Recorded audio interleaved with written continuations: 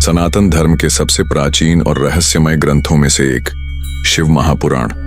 यह केवल एक कहानी नहीं बल्कि एक आध्यात्मिक यात्रा है। यह ग्रंथ हमें ब्रह्मांड की उत्पत्ति, शिव तत्व, जीवन और मृत्यु के रहस्यों से परिचित कराता है। भगवान शिव जो न आदि हैं न अंत, जो सृष्टि से परे हैं लेकिन सृष्टि का आधार भी वही है। समय के आरंभ से पहले, जब न दिन था न रात, जब न पृथ्वी थी न आकाश, जब न जीव थे न ब्रह्मांड, केवल एक तत्व था, शिव। सृष्टि के आरंभ में जब कोई अस्तित्व नहीं था, तब महाशक्ति आदि शक्ति प्रकट हुई। उनकी ऊर्जा से ही शिव का प्राकट्य हुआ। यह वही शक्ति थी जिससे ब्रह्मा, विष्णु और महेश की उत्पत्ति हुई। भगवान शिव केवल एक शक्ति नहीं बल्कि जीवन का आधार है। वे हमें सिखाते हैं कि भक्ति और साधना से कुछ भी प्राप्त किया जा सकता है। वे सिखाते हैं कि अहंकार का अंत निश्चित है और प्रेम ही सच्ची शक्ति है। आदि शक्ति और शिव, ये दोनों अभिन्न हैं। शिव शक्ति के बिना अधूरे हैं और शक्ति शिव के बिना निष्प्राण। यह संयोग ही ब्रह्मांड की रचना का आधार बना। जब ब्रह्मांड अस्तित्व में आया, तब ब्रह्मा को सृष्टि की रचना का कार्य सौंपा गया, विष्णु को पालन का और शिव को संहार का। लेकिन शिव केवल संहारक नहीं, वे सृजन और पालन का भी मूल हैं। भगवान शिव कैलाश पर्वत पर ध्यान में लीन हुए, क्योंकि उनका तप ही संपूर्ण ब्रह्मांड का संतुलन बनाए रखता है। आज हम इस दिव्य ग्रंथ की पहली कथा आरंभ कर रहे हैं, सृष्टि की उत्पत्ति और भगवान शिव की अनंत महिमा। इस ग्रंथ में 24,000 श्लोक और 12 संहिताएं हैं, जो हमें सिखाती हैं भक्ति, ज्ञान और मोक्ष का मार्ग। आज से हम इस पवित्र ग्रंथ के रहस्यों को एक एक करके उजागर करेंगे और जानेंगे शिव जी की दिव्य कथाएं, जो आपके जीवन को बदल सकती हैं। इस सृष्टि की रचना कैसे हुई?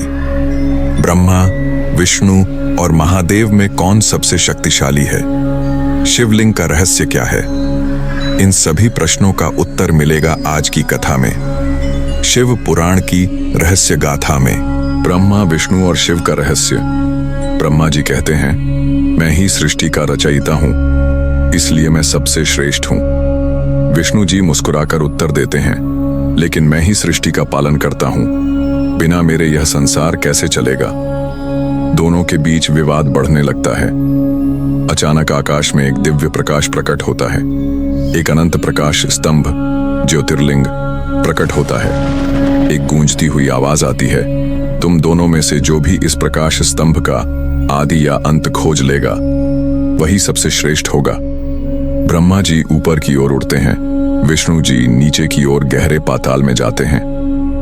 ब्रह्मा ने हंस का रूप धारण किया और स्तंभ के ऊपरी सिरे की खोज में आकाश की ओर उड़ चले। वहीं विष्णु ने वराह का रूप धारण किया और इसकी जड़ें खोजने के लिए पाताल लोक में उतर गए। झूठ और सच्चाई की परीक्षा, दोनों ने हजारों वर्षों तक खोज की, लेकिन यह स्तंभ अनंत था। न ब्रह्मा को इसका आदि मिला, न विष्णु को इसका अंत। विष्णु ने सत्य स्वीकार कर लिया और मान लिया कि वे इस स्तंभ का अंत नहीं खोज सके, लेकिन ब्रह्मा ने छल किया। उन्हें आकाश में एक केतकी का फूल मिला, जो हजारों वर्षों से इस अग्नि स्तंभ से गिर रहा था। ब्रह्मा ने उससे कहा, तुम यह गवाही दो कि मैंने इस स्तंभ का अंत देख लिया है। केतकी ने उनकी बात मान ली और ब्रह्मा लौटकर विष्णु से बोले, मैंने इसका आदि खोज लिया। लेकिन तभी आकाश में भयंकर गर्जना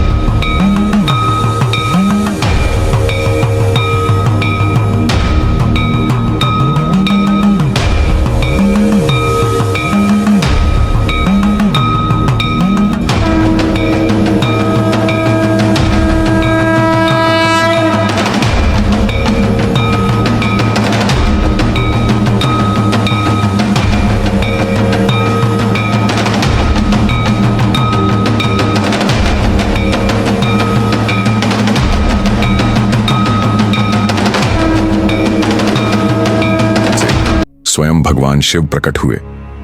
जैसे ही ब्रह्मा जी झूठ बोलते हैं तभी शिव प्रकट होते हैं। शिव क्रोधित हुए और बोले, ब्रह्मा, तुमने झूठ कहा, सत्य को छल से छिपाया नहीं जा सकता, इसलिए आज से तुम्हारी इस संसार में पूजा नहीं होगी। और फिर शिव ने केतकी के फूल की ओर देखा। तुमने भी झूठ का साथ दिया, इसलिए आज से तुम्हें शिवलिंग पर अर्पित नहीं किया जाएगा।